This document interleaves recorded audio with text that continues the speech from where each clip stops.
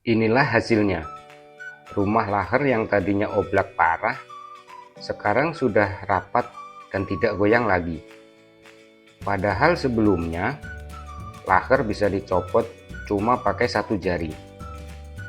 Nah, di video ini saya tunjukkan cara sederhana tapi efektif untuk mengatasi rumah laher yang oblak, tanpa bubut tentunya. Halo sahabat, semoga selalu sehat, sukses, dan bahagia.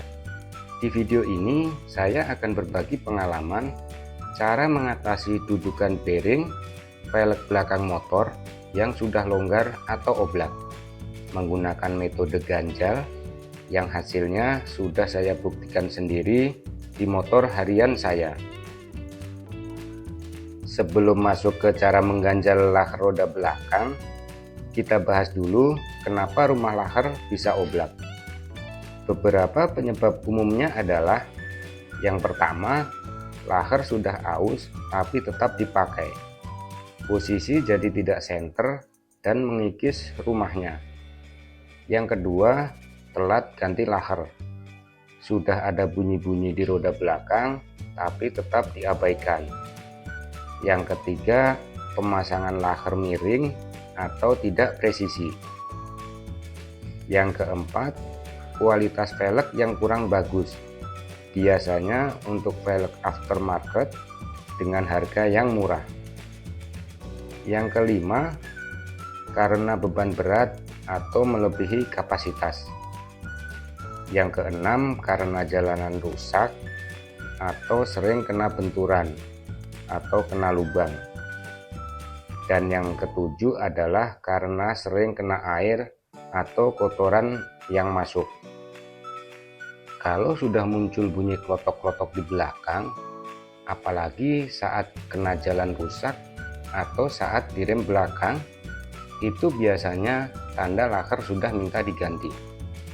Sekarang kita masuk ke inti pembahasan, yaitu cara mengatasi laher tromol oblak. Namun sebelum itu, minta tolong dukungan sahabat semua ya. Bantu channel ini terus berkembang dengan cara tekan like maupun subscribe. Bagikan juga ke media sosialmu supaya semakin banyak orang yang bisa merasakan manfaatnya. Jangan lupa tulis di kolom komentar jika ada yang mau ditanyakan atau punya cara lain dalam mengatasi rumah dudukan bearing yang longgar. Saya ucapkan terima kasih untuk yang sudah support channel ini. Semoga rezekinya melimpah dan barokah. Amin. Kita mulai dengan melepas roda belakang. Video lengkapnya sudah ada di channel ini ya. Bisa dilihat di pojok kanan layar ini. Nah, ini kondisi laher setelah dibuka. Terlihat lahernya sudah hancur. Gejala yang saya alami akibat laher hancur ini adalah bunyi klotok-klotok di ban belakang saat melewati jalanan berlubang dan tidak rata, atau saat melewati polisi tidur. Suara klotok-klotok muncul. Bahkan saat saya rem, ada suara seperti besi beradu. Dan gara-gara suara ini, saya 1 minggu tidak pakai rem belakang. Saya takut rem belakang nyangkut atau lebih parah lagi. Jadi saya berkendara pelan, maksimal 40 km per jam, karena saya hanya mengandalkan rem depan. Kedengeran nggak suaranya? Ini laher saya goyang-goyang pakai jari.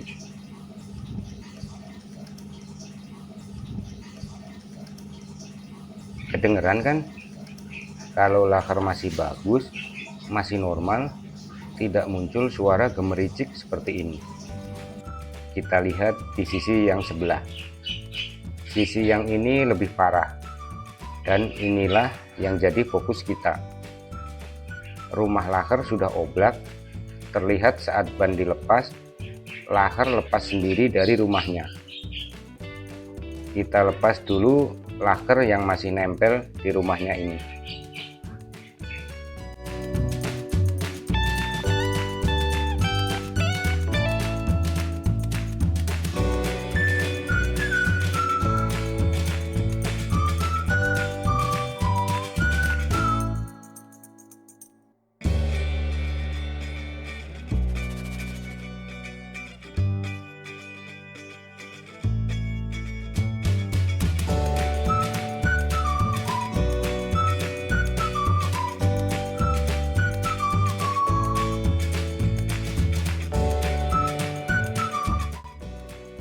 Nah, sekarang saya tunjukkan untuk rumah laker yang sudah oblak.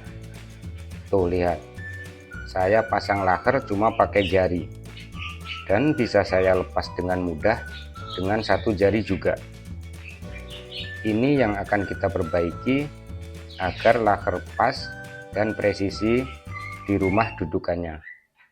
Kalau kondisi seperti ini dipaksa dipasang laker, ya paling 1 minggu laker sudah hancur lagi. Ini cara saya mengatasi rumah laker yang oblak. Saya pakai teknik mengganjal untuk rumah laker yang oblak. Material untuk mengganjalnya sendiri macam-macam ya. Ada yang pakai kain, ada yang pakai lem Korea atau lem setan, ada juga yang dibubut, baik itu dengan cara distandarkan lagi ke ukuran awal atau malah diperlebar ke ukuran laker di atasnya, atau biasa disebut dengan istilah oversize bearing. Ya, caranya banyak ya. Dan kalau sahabat perhatikan di velg saya ini, itu juga pernah saya bubut atau saya quarter. Dan itu juga tidak menjamin ya, karena seiring pemakaian pasti lama-lama akan terkikis dan oblak juga. Solusi terakhir mengakali rumah laker oblak yang saya pilih adalah dengan metode atau teknik mengganjal. Dan saya menggunakan lembaran seng ini karena kebetulan saya punya sisa seng bekas untuk menutup pagar agar tikus tidak masuk. Alasan yang kedua, kebetulan selisih laker dan rumah bearing itu selebar seng ini. Jadi pas kalau saya ganjal pakai seng ini. Ini laker yang akan kita pasang. Kodenya 6301. Ini standar ukuran laker belakang bebek Yamaha Jupiter MX 135. Sebisa mungkin pilih yang ada kode RS-nya ya. Kode RS ini artinya dua sisi lakernya tertutup, jadi lebih aman dari kotoran. Merek yang saya pakai adalah Koyo. Ini merek yang sangat terkenal, namun harganya bersahabat. Pastikan beli yang ori ya, seperti yang saya punya ini, made in Japan. Kualitas terjamin. Hati-hati karena sekarang banyak barang palsu. Yang mau laker Koyo asli original Jepang dengan harga murah, linknya di kiri bawah video atau di deskripsi ya. Mumpung lagi ada diskon terbatas dan juga gratis ongkir. Gas lah. Saya biasa nyetok laker untuk ban depan dan ban belakang motor saya, dan juga nyetok untuk mesin jet pump saya. Sahabat bisa lihat juga penggantian laker mesin pompa air saya di channel ini. Saran saya, jika sahabat senang bongkar-bongkar seperti saya ini, bisa beli 2 atau lebih sekalian untuk stok di rumah. Oke, kita langsung eksekusi. Pertama, kita potong lembaran seng secukupnya.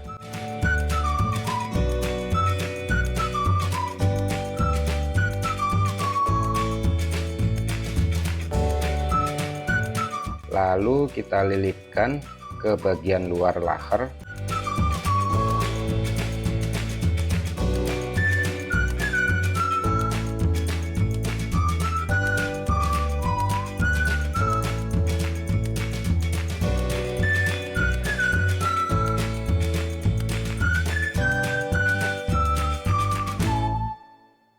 Dan kita pasang perlahan kedudukan rumah bearing.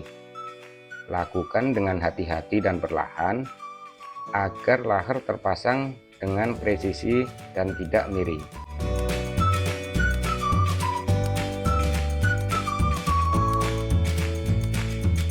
Ketuk laker perlahan agar laker masuk sedikit ke rumahnya. Lalu kita gunakan tatakan untuk memukul agar masuk lebih dalam lagi. Penggunaan tatakan ini bertujuan agar laker tidak miring. Saya menggunakan as roda belakang bekas yang sudah tidak terpakai. Ada juga yang menggunakan laker bekas atau mata kunci sok. Tujuannya sama, yaitu melapisi laker agar tidak rusak karena dipukul langsung. Dan yang kedua, agar posisi masuknya laker presisi ke rumahnya. Nah, berhasil masuk juga. Kita coba cek dengan menggoyang-goyangkan di lubang lakernya. Aman, laker sudah masuk rapat, tidak goyang, dan sudah presisi di rumah laker. Nah, beres. Urusan rumah bearing yang oblak, kita sudah punya cara ampuh untuk mengakalinya. Tentu saja cara ini ada kelemahannya. Kelemahannya yaitu saat penggantian laker, kita harus melakukan proses pengganjalan lagi. Tapi sejauh ini yang saya rasakan, saya tidak ada kendala dengan rumah laker yang diganjal seperti ini. Saya pakai motor untuk harian dan penggantian laker juga normal, seperti saat rumah laker masih normal. Selanjutnya kita pasang ban belakang dan kita tes hasilnya. Untuk proses memasang ban belakang dengan benar dan presisi, sudah saya buatkan video panjang lebar. Kalau sahabat belum nonton, silahkan tonton videonya. Linknya di pojok kanan atas layar ini. Di situ sudah saya jelaskan urutan pemasangan kolar, urutan pemasangan bos agar tidak terbalik, serta ada tips yang sering terlewatkan saat memasang ban belakang sehingga menjadi kerja dua kali. Ban belakang sudah terpasang dan kita lihat hasilnya. Putaran roda jadi enteng, kinerja rem juga maksimal, dan yang paling penting suara klotok-klotok hilang. Jadi buat sahabat yang ada suara klotok-klotok saat melewati jalan keriting atau saat melewati poldur atau saat melakukan pengereman belakang, coba cek lakernya deh. Kalau memang sudah minta ganti, ganti saja. Murah kok harganya.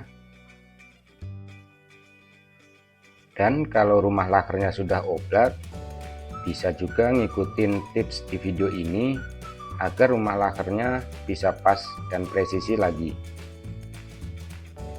Itu tadi sharing dan bagi pengalaman cara mengatasi rumah laker yang oblak dan sekalian proses penggantian laker roda belakang motor, khususnya motor Jupiter MX lama atau MX135 atau MX All.